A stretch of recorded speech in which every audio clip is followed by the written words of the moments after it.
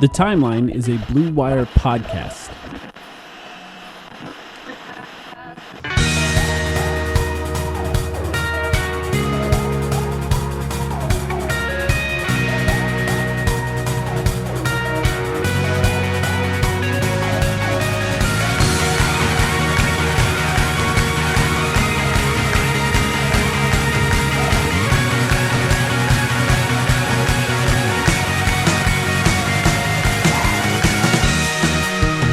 Welcome to the Timeline, a Phoenix Suns podcast. My name is Mike. I'm here with Sam. Sam, how you doing? What's up? I'm pretty good. It's been a mixed week, I'll be honest. The Suns remain the number one, not in the NBA because the Bucks refuse to lose, but they remain the number one team in the Western Conference, which is really nice. I would love to lead with that information. I think we should still be proud of that information. However, there's some other pretty important news right now that broke that unfortunately is we have to talk about. And it's no fun. Kind of sucks. It's no fun. Yeah, the Trailblazers remain the only team that could beat the Suns so far. But the Suns got their revenge in that second game. But yes, the big thing and the thing that we have to talk about first is Cameron Johnson, because I think a big part of the excitement for this season was about watching this team with Cameron Johnson as a starter. And unfortunately, in the first game against Portland, the game that the Suns lost in this last week, Cameron Johnson, in a non-contact injury, tore his meniscus. And we don't have a lot of information about the injury at this time. I will start this podcast just by saying Sam and I are going to talk a little bit about this up front. But in a little bit, we're going to be joined by a doctor in physical therapy. His name is Dr. Rajpal, Brar, and a lot of you probably follow him on Twitter. He covers a lot of injuries in the NBA. He's a doctor of physical therapy, and he's going to go through what the options are for Cameron Johnson as far as surgeries in a minute. So we'll let him cover the details of that. But I'll just say this, just to start, it just sucks.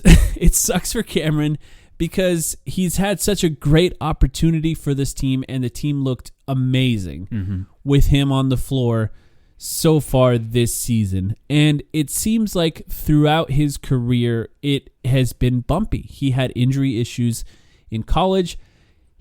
Coming off the bench, I think he remained relatively healthy most of the time.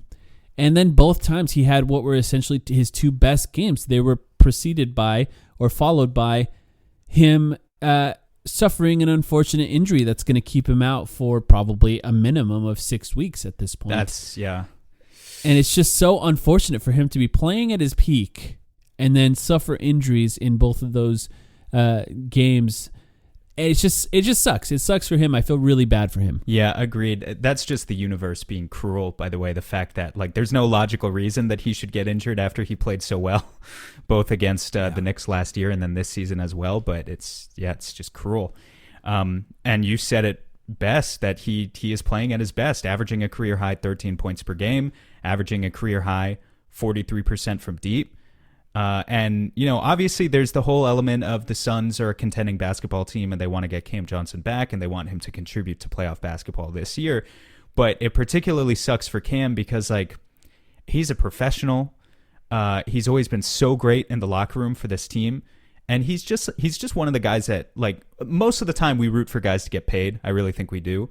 But Cam Johnson especially, he's a 27-year-old going into his second contract. This is his chance, and you're just rooting for him to show out this year and get paid. Honestly, from where I've been to this point, or how I've been approaching this season with Cam Johnson, I don't care if he goes out and averages 18 or 20 points per game, and then all of a sudden you have to give him $25 million a year. That's great. Yeah, it's the best case scenario. That's great, really. In my opinion. I want him to earn that bag, and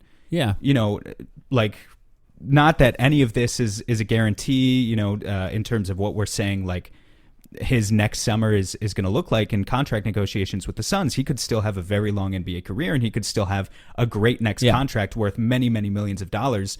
But we just know that this is going to be taken into account now. If he only plays, and again, we don't know what the timetable is yet, but theoretically, if he only plays 20 games this season or something like that, that's all of that's going to be taken into account. So it really sucks for him. It really sucks for everyone, all parties. And he's in a unique scenario in that he is about to get his first contract following his rookie contract, meaning he's a free agent at the end of the year, a restricted free agent. But also he's 26 years old.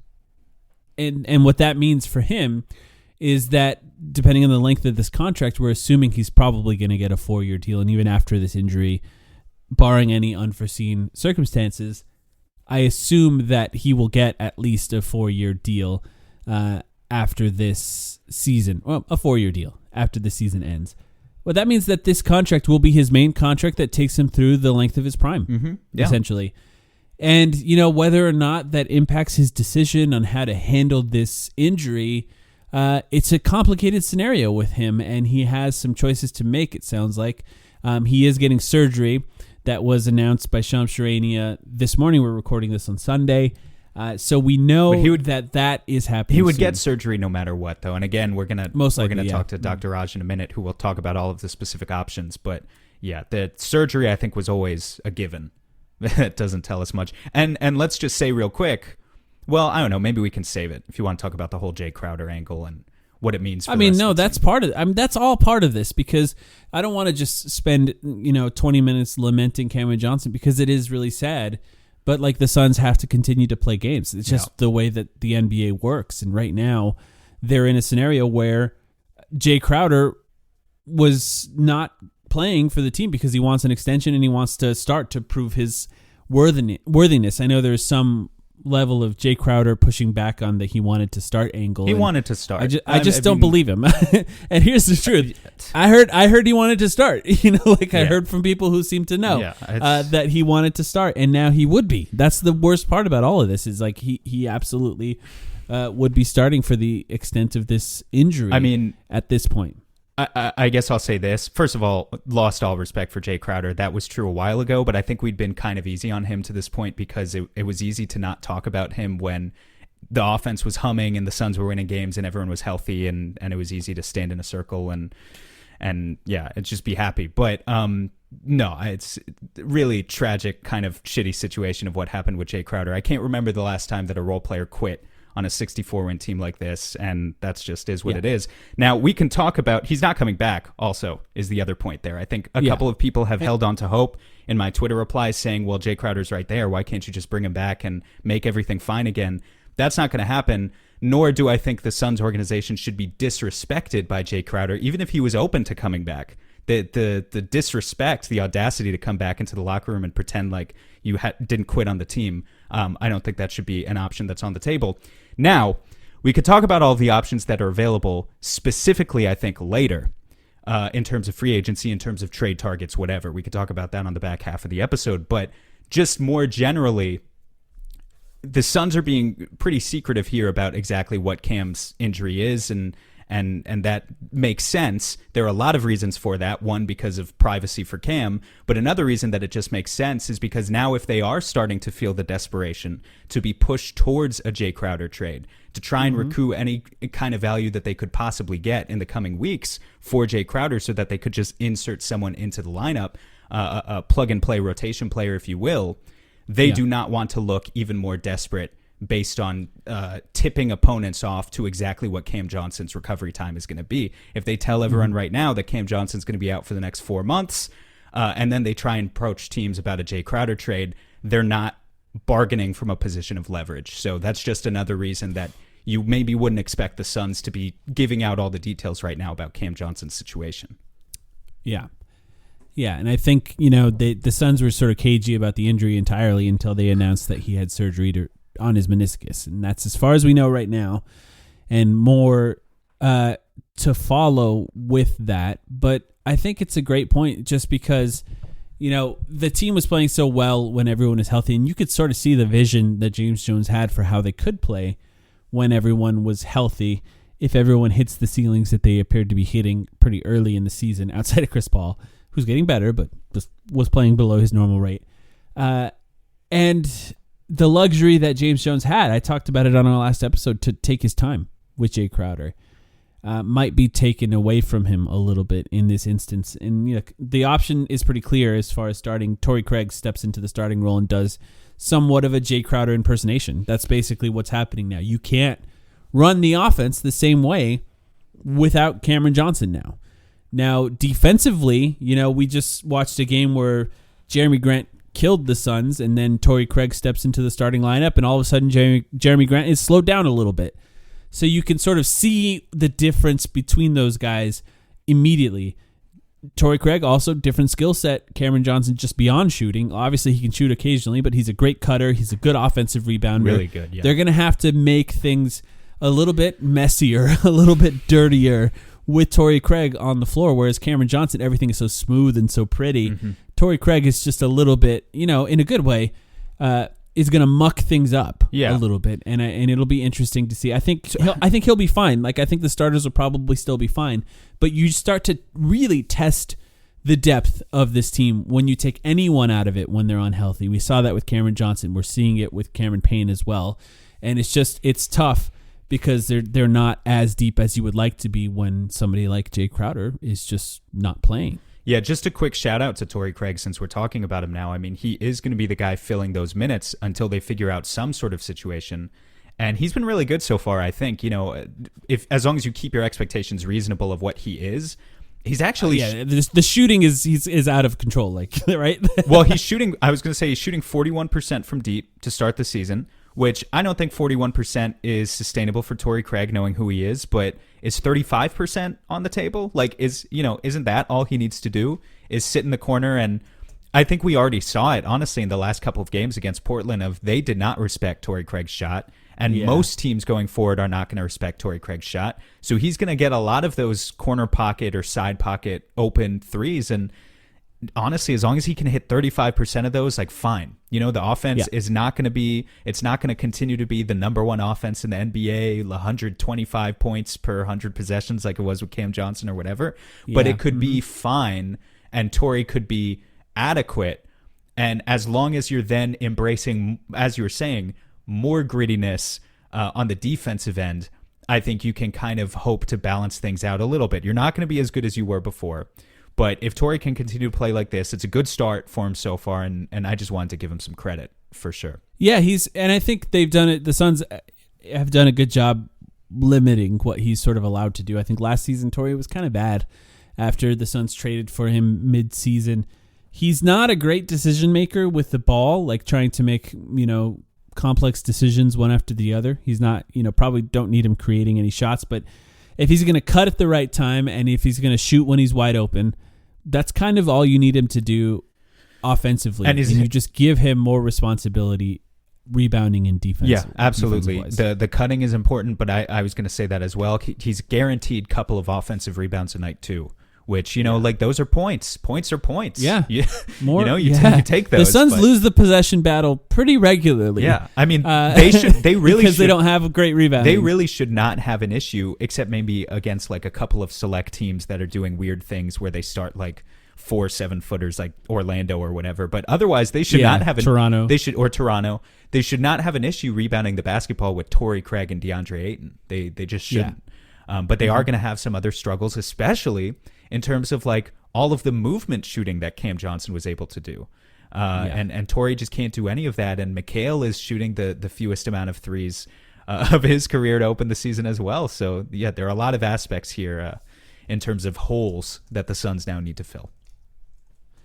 Okay, so let's actually switch over to Dr. Raj right now and get some information about Cameron Johnson and what his options are, and then we'll take a break and come back, and you and I will continue on what the Suns should do after that, because I think there will be some interesting options for the Suns as well. So we'll switch over to Dr. Raj. Make sure to follow him at 3CB Performance on Twitter, and check this out. Here we go. All right, joining us is Dr. Rajpal Brar. Dr. Raj, I think I'll call you. Thank you so much for joining us. I appreciate you joining us on such a short notice. I know we just asked you this morning. I think you're the perfect person to have on to talk about this. You I don't know. You seem somewhat of like an expert on athlete injuries online right now, and I just want to know. Actually, I think the best place to start is what was your initial reaction? I don't know if you saw the clip of Cameron Johnson being injured, and what was your initial reaction to that injury? I mean, when I saw the clip, it was hard to kind of tell what exactly happened. I mean, um, you always maybe suspect some meniscus involvement, so that wasn't a surprise to me. But I mean, I wasn't honestly, I wasn't sure based on what exactly had happened. So it was just one of those where we're just waiting for more information, and obviously we got that information. Yeah, obviously, unfortunately, at this point, we still don't have a lot of information in terms of partial tear versus more serious. And can you maybe just walk us through what all of the various options would be at this point for Cam Johnson and his recovery? Yeah, sure. So essentially, Shams reported multiple guys. All we know is that it's a meniscus tear, and they haven't given a timeline or anything yet. That's probably will inform us more. But essentially, he's having surgery, right? So there's two different options with surgery. One is what's called a partial meniscectomy. That's where you just remove that torn piece of tissue, and the other is a meniscus repair, which is where you stitch up that torn piece of tissue. The thing is with the latter, it's not always available because when the tear is more centrally located, it doesn't have the meniscus doesn't have good blood supply there, and you need blood supply for tissue to heal after you've repaired it. So that's not always an option. And so it will come down to that, and then it will also come down to, frankly, how long the risk reward for how long he's going to be out, and also whether the tear is on what we call the medial inner side or lateral outer side, because tears on that outer side can be a little higher risk because I won't get into the details, but essentially the outer part of that lateral outside part of the meniscus, outer part of the knee is loaded more. So it can lead to more downstream effects. Hmm. And for the options, I think most people sort of understand one of them as sort of removing part of the meniscus, or the other option being the repair option. Yep. The timelines are different as far as what it's going to be for recovery. Is there something specific about the injury once they get a clearer picture on what it is that would dictate which option would be the best for him, specifically based on the injury alone? Well, in general, repairs, we know outcomes long term on repairs are better because you're still leaving the tissue still there, right? Whenever you remove a piece of tissue, a meniscus tissue, you're going to lead to increased kind of wear and tear in the joint. That problem is, thing is, for tissue to repair, it takes significantly longer timeline. So, for example, let's say he has just this is completely, making this up. Let's say he has a medial tear, a partial meniscectomy there, he can be back within 4 to 6 weeks. Whereas a meniscus repair on that side, if it's possible, would be more of 3+ month timeline. Given, I guess, the specific context of what we know about where Cam Johnson is in his career, right? He's a 27-year-old. He's on an expiring deal. He's up for free agency, restricted free agency this summer. Possibly, yep. I'm sorry, go ahead. No, I was agreeing with you. Okay. Possibly his best chance to get paid in his NBA career, right?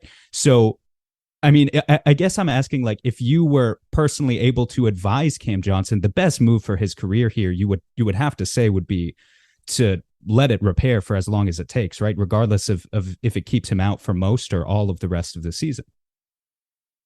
I guess there's two sides to that, right? One is, do you want to come back and really show, because he was playing pretty well too, right? Do you want to keep reinforcing that? Or do you want to go the repair route, and do you believe you've already done enough to earn that next contract, right?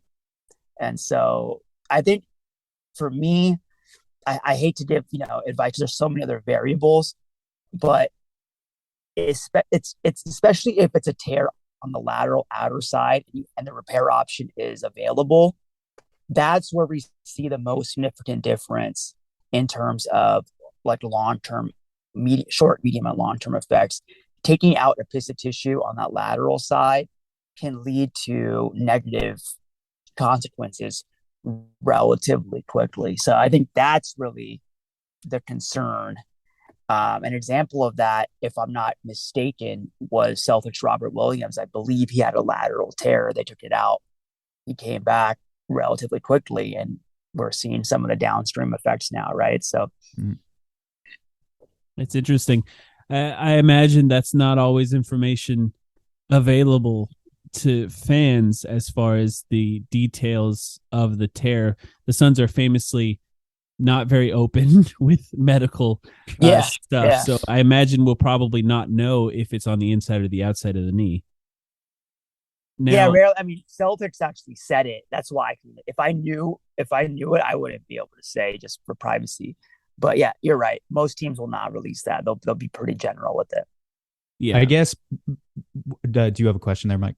No, I guess I do. My question would be, as far as what can we expect Cameron Johnson to potentially look like based on precedent? So obviously every situation is relatively unique, but in those options, like it seems to be the understanding of people online, and yeah, that's not always a reliable source, but it seems to be the understanding that if it's snipped, as people call it, or part of it is removed, Yeah, that they can look pretty back to normal relatively quickly. Whereas even if it's repaired, although that's better for the long term, even if he comes back after 3 months, there might be a little longer of a ramping up time, even after he's been cleared to play. Is that generally true with these kinds of injuries? yeah. I mean, anytime you have your return timeline is longer, the ramp up is now going to be longer because you've lost that fitness and that rhythm, right? So that's natural. And then secondly, when you have a tissue that's now repaired, you have to be sensitive to that. Whereas if you just remove it, now that issue is resolved, right?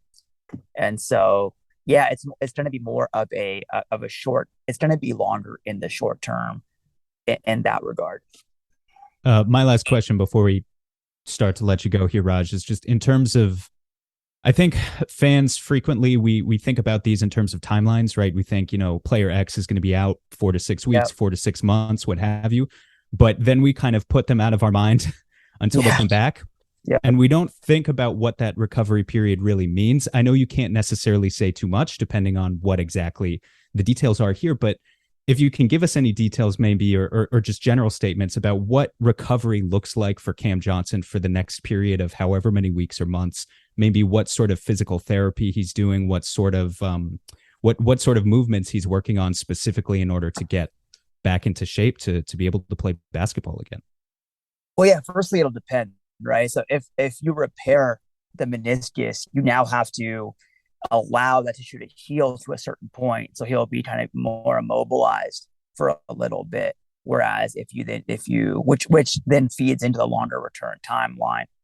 But if they have, like you said, snippet the partial meniscectomy, then you're able to more quickly kind of actually get back to some of that foundational strength training. I mean, the big thing here is the principles are you want to regain full mobility and then you want to regain strength all around that knee.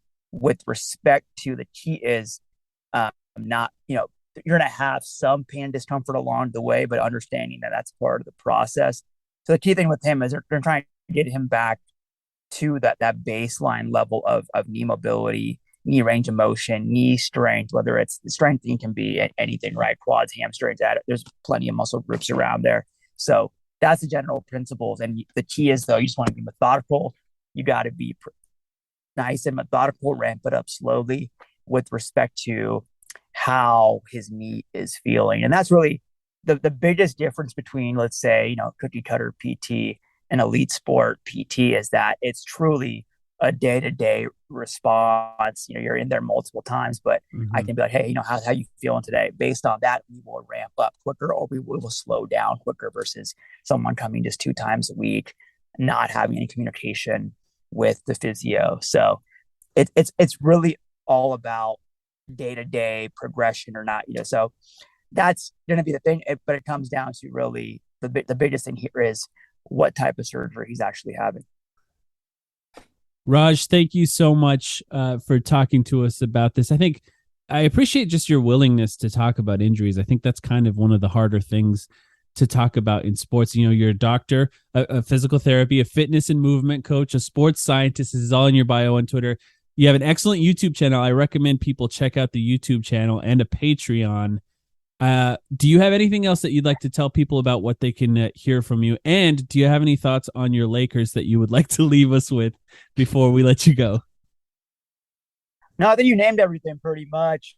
I mean, as for the Lakers, just got to make shots, right? Especially in this day and age. So if you can't space, you can't make open shots. It doesn't matter. I mean, defensive. I mean, we're playing well defensively. The shot quality is there, but in the end, if you can't make shots, especially at the rate that the team has been making them, it's such a big hole, and I think it eventually it's going to bleed over into your effort too. So, yep, that's a great point. Well, thank you so much for joining us. We appreciate it. Make sure to follow Dr. Raj online at 3CB Performance. Thanks, Raj. All right, guys. Thanks for having me.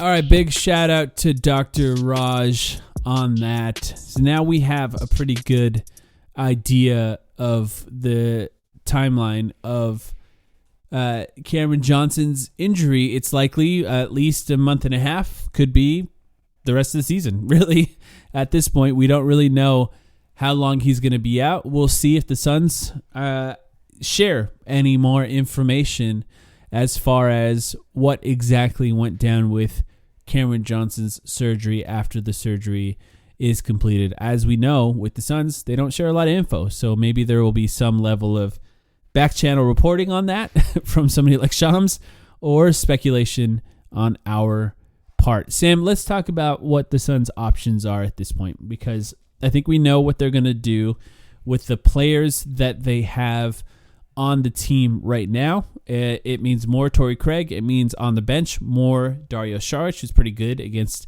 a bad Trailblazers team missing their best players. He was good though. So, yeah. But yeah, I think he was good. He kind of worked with Jock Landale a little bit of Bismack Biyombo as well. Power forward is what he's playing now. I don't think he's played a single minute at center in the regular season. But what else? I know you brought something up on Twitter. I'll give you a chance to talk about that. What other options do you think the Suns have at this point? You talking about internally or externally? Either way. I think externally is really their only options, right? Because Jay Crowder. You said Jay Crowder's not coming back. I'll leave the door open slightly and say there's a tiny little chance the Suns let him play, but I'm not sure it's a good idea. Maybe they don't. I would be pretty angry if they did. I mean, I'd be shocked. I think that's James Jones getting kind of bitch slapped by a guy who doesn't like. Why should he come back? But I don't know. Well, yeah. I'll leave that open. Maybe I'll leave that possibility open until we'll see if it ever happens. I brought up the question to you because internally, I think there's other things that we might see, like.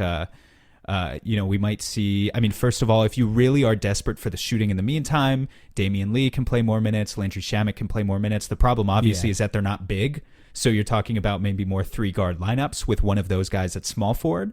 But if you're just desperate for the shooting, you could do it.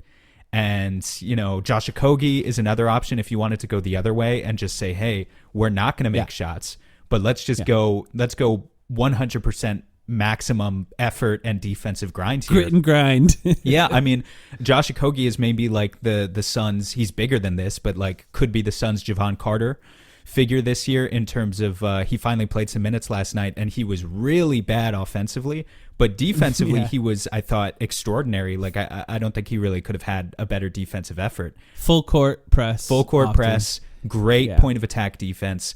But yeah, so I mean, those are some. He's just so annoying defensively, right? Yeah. Can you imagine? Well, and trying to dribble against him. I think there's some value there as well. Just if we talk really like in 30 seconds about Josh Okogie, in that takes some pressure off Mikal Bridges. Like Mikal Bridges shouldn't necessarily always be the point of attack defender on a guard or a wing. You know, like I think there would be some benefit to Mikal getting to play a little bit more off the ball or a little bit more team defense and have some help in that arena. But yeah, that's enough talking about those guys, I think, because we're all on the same page. Well, actually, since you brought up Mikal real quick, yeah, we should at least talk a little bit about him because in the first game that Cameron Johnson was out, I think he only shot one shot in the first half. Cameron Johnson, I think, went out at the beginning of the second half or whatever. He shot a lot more in the second half. But if anyone needs to pick up more slack offensively with Cameron Johnson out internally, it's got to be Mikal Bridges because, look, there's just no excuse. I think there is some level of saying, okay, look, 9-10 shots a game. Cameron Johnson's got to get his. Booker's going to shoot 20 times. You know, Chris Paul does whatever he does, and then DeAndre Ayton's field goal attempts is increasing as well. Then you can say, okay, 10 field goal attempts for Mikal Bridges. He's still going to average 15 points, be insanely efficient, and get 3 or 4 assists a game. That's fine. You take Cameron Johnson out of that. Now that's your best floor spacer. Now Mikal Bridges becomes your best floor spacer. He needs to shoot more. Zero excuses. Yeah. Shoot more shots. Do more off the dribble if you have to. Whatever it takes. You need to shoot more shots at this point, Mikal. I guess this will be... I didn't know if we were going to talk about this, but so I guess this will be my opportunity to plug. I have a TikTok now. You made your TikTok a couple months ago. I just made a TikTok. S Cooper Hoops TT for me. It's at Protected Pick for you. And I just posted my first video exactly about that, about in the wake of this Cam Johnson news, Mikal Bridges is the guy who has to step up. I think he's still, I've talked about it a couple times already, like 7th on the team in terms of his field goal attempts per 36.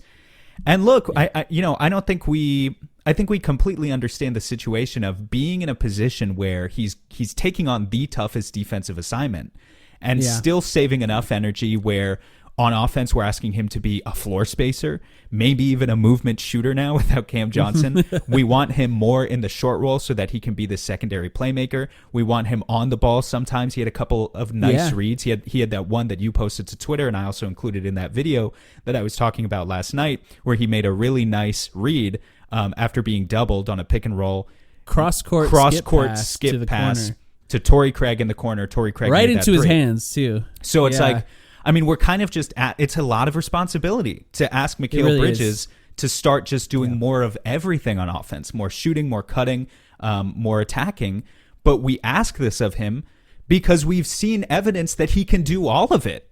And if you look at the rest of the Suns roster right now from an internal perspective, there's no one else who can do all of these things as well as Mikal Bridges can, which is why I don't care if you're, 70% true shooting percentage, which is like first in the NBA or whatever. I don't care if that collapses and falls to only league average or slightly above league average or whatever.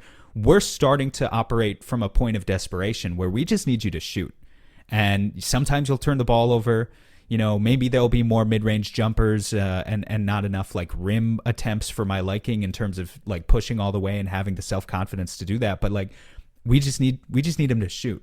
And if he starts to shoot more, there's no doubt in my mind that he could average those 20 points per game. But yeah, to a certain extent, we're starting to sound like broken records when we talk about Mikal Bridges and his offensive ceiling there. But I personally was not really as bothered by the lack of attempts to start the season, only because I think they were using him a little differently. He had opportunities to do different things. But I think now I just like to see him step up and try to be more assertive. And we saw that in the second Portland game of the week, the one that the Suns won. It was clear that he knew. He understood the assignment, as they say, and was trying to do some more offensively. So I look forward to seeing, because honestly, I think it's going to be great with him. And I think he could do really well. But what we don't need is 12 Torrey Craig field goal attempts, right? Because Mikal's not shooting, or Damian Lee 8-foot floaters, or Landry Shamet step back threes. Like those guys can take those shots fine. Like the ball needs to move around. Everyone's going to get their load. But Mikal is just, those are such worse options than whatever Mikal can provide us. So at a certain point, it's like, dude, you just have to shoot. But yeah, I think that's enough for the internal part of it. Yeah, let's talk about what the Suns could do externally. Do you want to talk first about trading Jay Crowder, or do you want to talk about potential free agent options? Let's maybe cover free agent options first, just because I think it's a quicker, like we can hit it really quickly. And because like, let's talk about again, we don't know, but let's talk about the option where this is a fairly minor partial tear for Cam, or they decide to remove rather than repair, and he's back within 6 weeks. Well, if that's the case, right, maybe the Suns want to hold on to all their trade chips. I mean, if Cam Johnson theoretically came back in 5 or 6 weeks, that puts him back before the trade deadline, which means the Suns could just sign a free agent either for the rest of the season, or honestly, maybe they even start by throwing a couple 10 days at a guy. I have no idea. But the point is, maybe they feel like in that particular case that they could just put a Band-Aid over the issue, and that, you know, they wouldn't be signing a guy who helps them for the playoffs, but that they could sign a guy to help them win enough games to stay competitive for the 1 seed in the Western Conference. And so let's just start right there. I think there are a few names, but do you want to start? I think there's really only one. Yeah. There's one obvious one. Yeah, Carmelo Anthony is currently not playing basketball. And look, maybe Carmelo Anthony, if he is the guy you're relying on for the entirety of a season and the playoffs, you're probably in a little bit of trouble, as we saw with the Lakers last year. But if you're signing him to just some short deals, or maybe like some sort of non-guaranteed deal for the rest of the season, just to try to eat up, he probably wouldn't start, right? He'd probably still come off the bench. But just to eat up some shots, shoot wide open threes and stuff like that. I mean, yeah, I guess it's possible. I don't know. I mean, let's just put it this way. Like Melo, he averaged 13.3 points per game last year, 4.2 rebounds. He shot 38% from deep on 5.8 attempts per game. That's good. You know, he still has the mid-range ability, not obviously to the extent that it once was. He's not a guy who's going to give you a ton of rim pressure, but frankly, like Cam Johnson didn't give you a ton of rim pressure here. I think the big reason that Carmelo Anthony is no longer in the NBA is you look at the defensive end and the lateral movement. That's why I don't think he'd start. And his ability to guard multiple actions in space. Okay, you're going to run it like naturally. I understand what you're saying. You're going to run into some issues. But if you just need a guy to get some buckets so that you can continue to win games against like inferior regular season opponents, yeah, like Melo is, sign me up. Like he's totally capable of as you said a minute ago, like of understanding that assignment. Like he can come in, he can hit some spot up threes, he can hit some maybe even movement threes, and he's going to do a hell of a lot better job of it than someone like Dario Saric or even Torrey Craig, to be honest. So yeah, that's probably the option that I would think of first if you're just talking about, well, let's go out and get a free agent who can maybe put a Band-Aid over it. And by the way, too, you know, has an existing relationship with Chris Paul, has an existing relationship with James Jones, as far as I know. So, you know, that one kind of just makes sense. But they're not going to do that, though, right?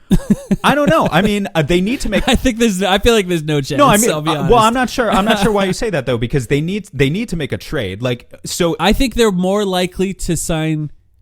I'll say it like just flatly, just like this. I think they're more likely to sign Timothy Luwawu-Cabarrot, who was with the team in preseason, and just play him more at small forward and shift guys up to power forward. Yeah, then to bring Carmelo Anthony on, because it's just that's the way James Jones seems to work. I mean, I would like to believe sort of low risk. I would like to believe that James Jones has not dug himself into too deep of hole of his own philosophy. You know what I mean? Like James Jones' philosophy for the past few years for the Suns has been, okay, we've got Chris Paul, we've got Devin Booker.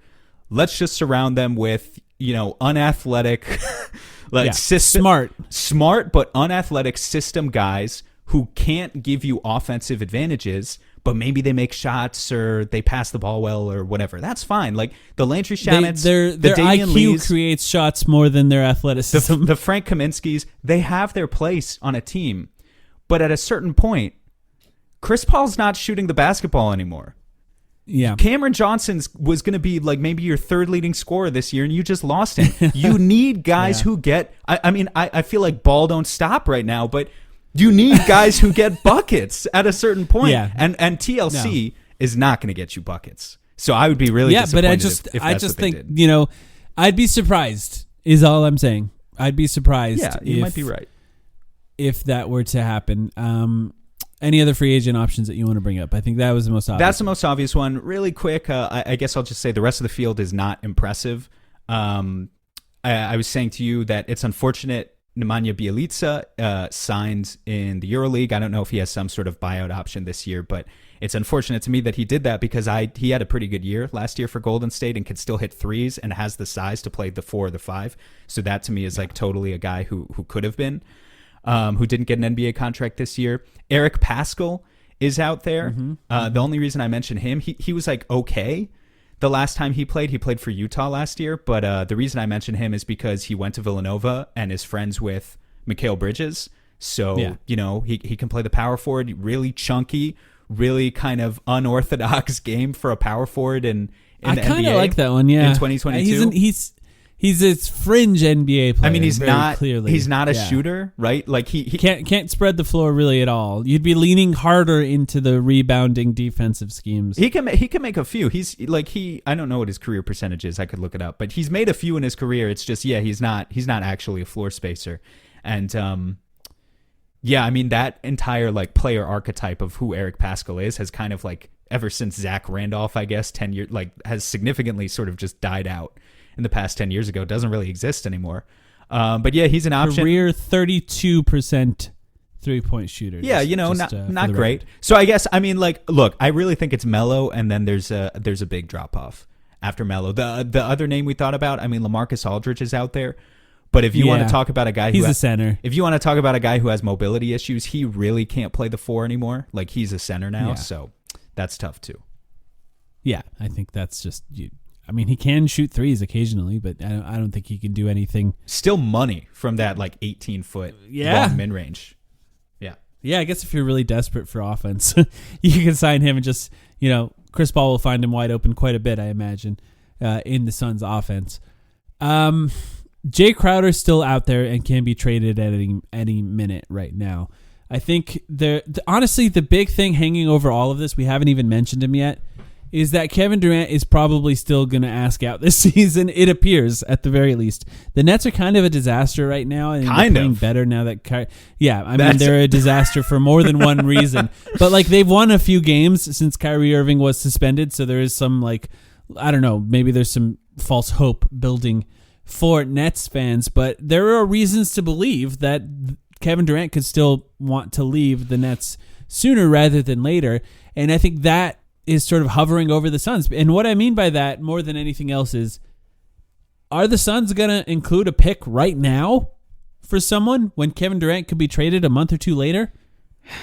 I don't think they would. Like, I really think they're going to hold on to those picks. That's fine. At a certain point, though, I mean, like, look, so yeah, the whole KD situation is interesting. And I guess with respect to the Nets, too, they gotta move off KD. They got to move off Kyrie and Ben Simmons and get whatever value they can. I don't think they literally won't be able to trade Kyrie, I think. But it's just, even if they've won a few games recently, every Nets fan I personally know is miserable. They're fed up. Capital M, miserable. Yeah. They hate their lives. They're completely suicidal. They hate that basketball team.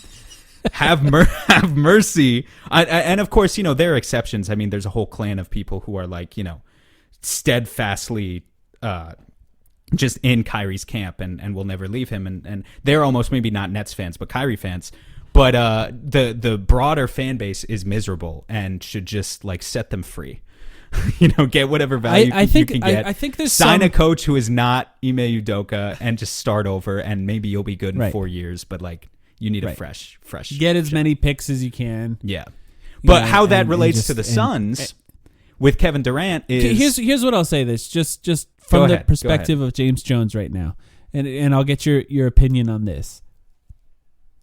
How angry would you be if James Jones did not panic to try to trade Jay Crowder right now and tried to let this play out a little bit, 5, 6, 7 games before deciding if he wants to panic trade Jay Crowder and see if he can hold on to guys long enough to maybe potentially move for somebody like Kevin Durant later on? Yeah. Is that something that would make you extremely upset? It doesn't make me. Is it something where you're like, okay, if we're over 500 with those guys, maybe it's okay?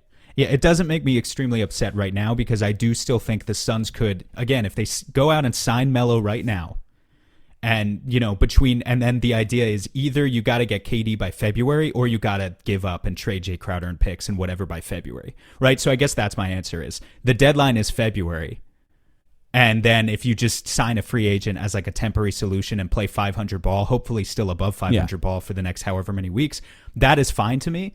But February is your last chance, because with KD, I mean, I know he's got 4 years left on his deal. So the sort of issue with the whole KD situation is you can find yourself trapped in this whole philosophy about, we're chasing KD. Like, you could talk yourself into the idea that you're chasing KD for the next 4 years potentially, and maybe the Nets. Well, I mean, never you could only do him. that right up to the trade deadline, and then I'm sure you have other things potentially lined up at that point. You right? have to shit or get off the pot at a certain point. Yeah. Like, yeah, I'm giving him the trade deadline's in February, right? We're months away from that. But I guess it just goes back to what I originally said at the start of this season of, I never believed that the roster that the Suns were entering this season with was going to be their final roster, and that didn't bother me because I was giving James Jones a deadline of, give me something by February, or give me something more broadly speaking by the playoffs. I need to more firmly believe in whatever your playoff roster is going to be. So if they want to chase after KD until February, you could absolutely talk me into that. In fact, I don't even think it would be that difficult, because I think you look at the rest of the league right now, and there aren't necessarily a ton of other teams that are bargaining from a position of strength either. I don't know if you listened to the most recent Low Post, but he was talking about it with Bobby Marks, and kind of making some points that I hadn't previously thought about. Like, Toronto was this big contender for KD in the summer, and now all of a sudden maybe Siakam is. This might be a little extreme to say. He did get injured today, by the way, but maybe Siakam is better than KD, or at least would you rather have Siakam? More impactful right now, yeah. Would you rather have Siakam? They're not going to trade Scotty Barnes, is what they said. They're right? not going to trade Scotty Barnes, and would you rather have Siakam for the next 4 years at his age, or KD at his, like, I think there's a compelling case to be made there that Toronto, who was previously absolutely in the sweepstakes, could now be in a position to tell Brooklyn, actually, fuck off, we like our team. And I think I think there are a bunch of cases. Boston was another team that they said could be like that. Can I just make one point about KD real quick too? They're operating from a complete lack of leverage at this point because of how much they botched this season so far, and how Kyrie Irving has continually thrown wrenches into it. I don't think I would make the Kevin Durant trade unless I kept Mikal Bridges at this point, because I think trying to replace him defensively is just a little bit too difficult as far as the Suns being great this season. I think they have doing this trade mid-season for Kevin Durant, right? You don't have a lot of opportunities to bring other guys in. You don't have the leverage in free agency that having Kevin Durant on the team would have brought the Suns before the season began last year, where they can sign guys that maybe wouldn't have signed here otherwise. Now they're working essentially with what they got, and assuming they're giving up a lot of picks for him, which they probably would be, some combination of everything else the Suns have plus picks, if the Suns are able to keep Chris Paul, Devin Booker, Kevin Durant, and Mikal Bridges, I think that's the only way I do it at this point. And I think there is even some... That's implying a package, because let's talk about it realistically, right? It'd have to be DeAndre and Cameron Johnson, headlined by those two guys at the very least. DeAndre needs to approve the trade.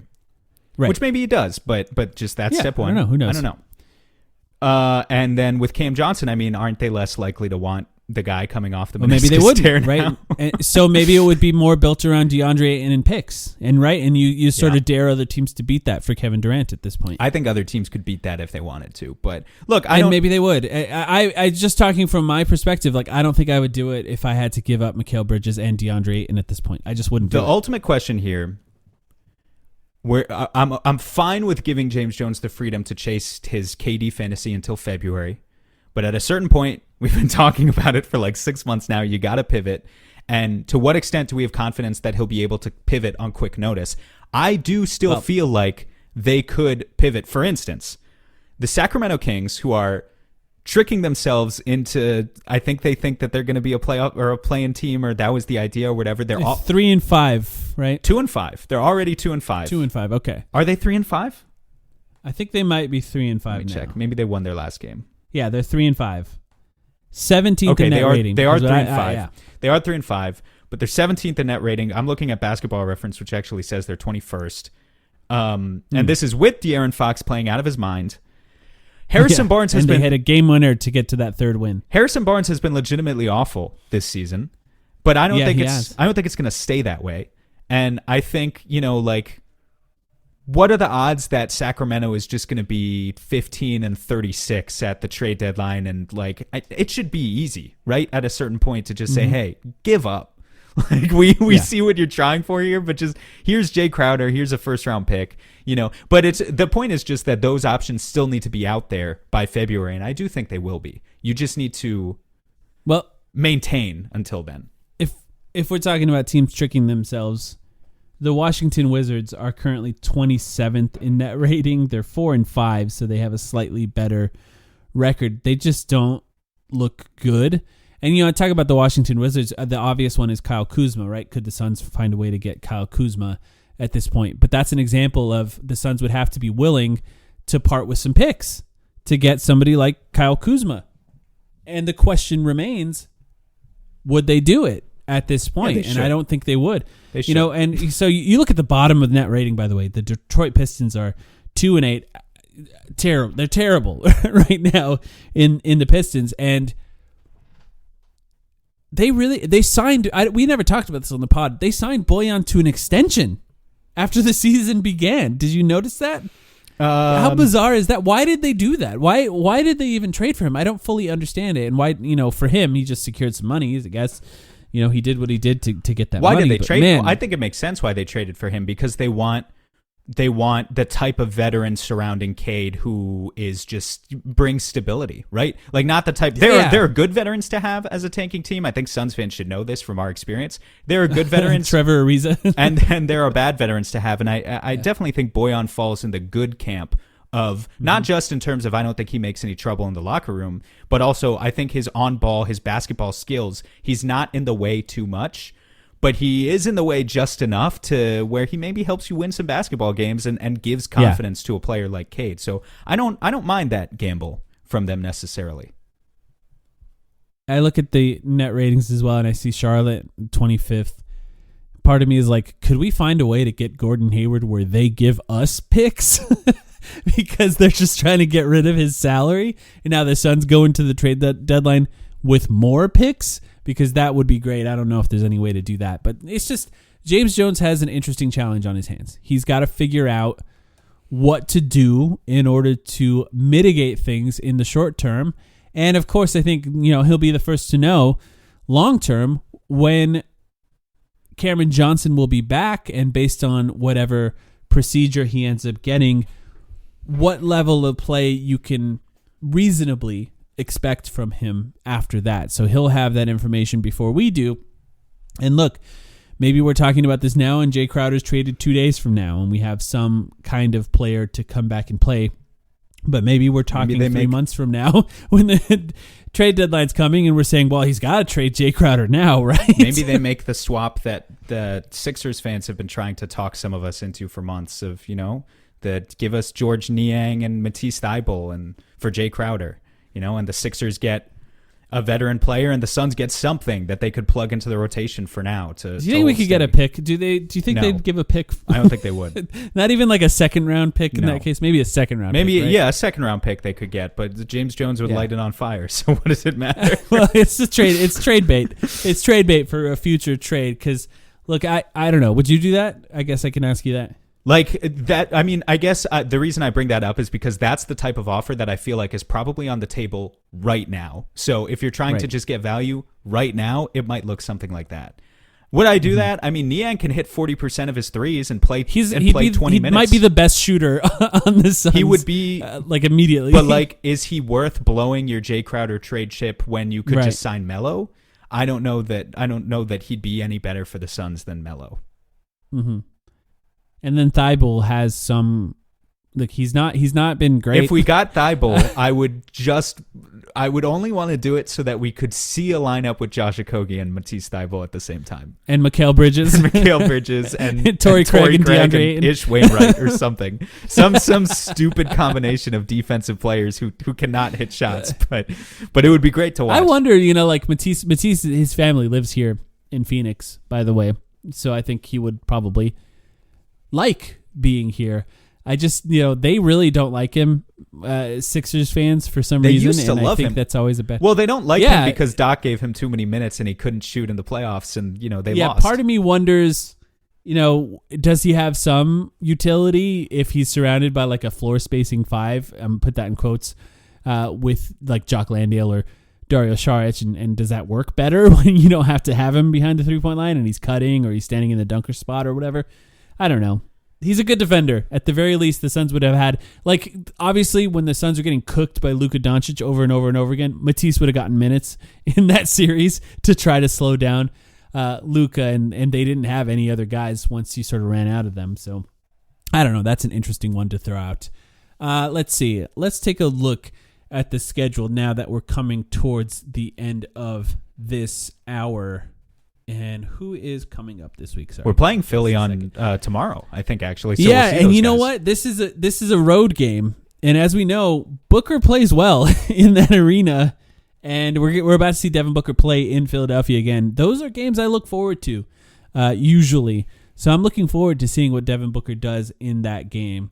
And then we have the Timberwolves again on Wednesday. You said that and with, with some level of disgust in your voice, I think. Well, it's without Cameron Johnson. Yeah. Cameron Johnson was the guy that killed them. Yeah. So, there's a difference between Karl Anthony Towns being unable to chase around Cameron Johnson and Karl Anthony Towns being unable to chase around Torrey Craig. Which let's give Kat a little bit of credit. I think he can probably handle Torrey Craig on an average day. That's what I mean. Yeah. That's what I mean. Like, it's just the movement shooting by Cameron Johnson puts so much pressure on them, and the Suns will have a unique challenge with Torrey Craig, who's just a standstill shooter, and even let's be honest, barely that. Maybe just start. So they'll have a unique challenge with that. Maybe just start Damian Lee at power forward for that one.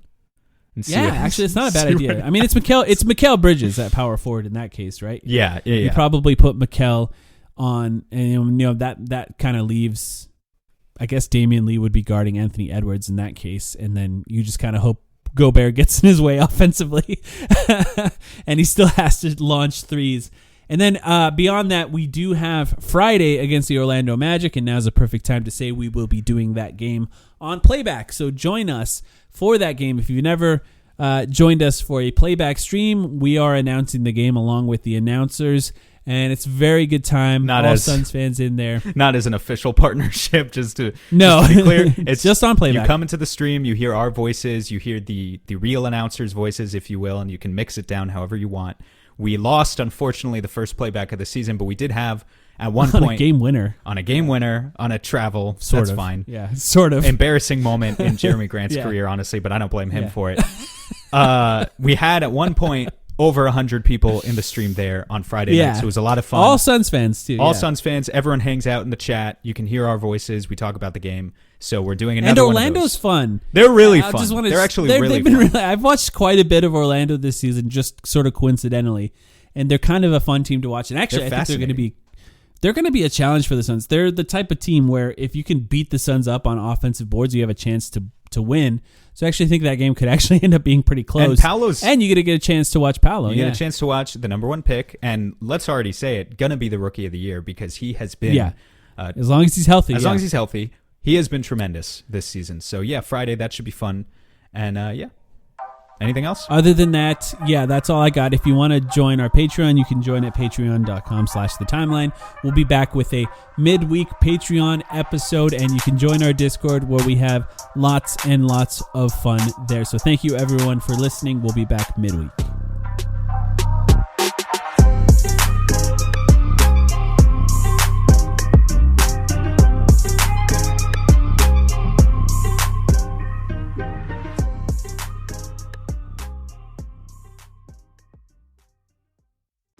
For over a century, Johnny Walker has shared its bold spirit with the game of golf. Now, crafted with Devereaux Golf, Johnny Walker introduces the Johnny Walker Blue Label-inspired Sunday Golf Bag, elevating the game with sleek design, Blue Label hues, and refined gold accents.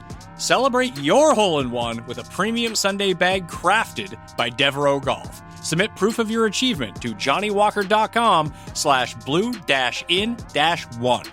Please drink responsibly.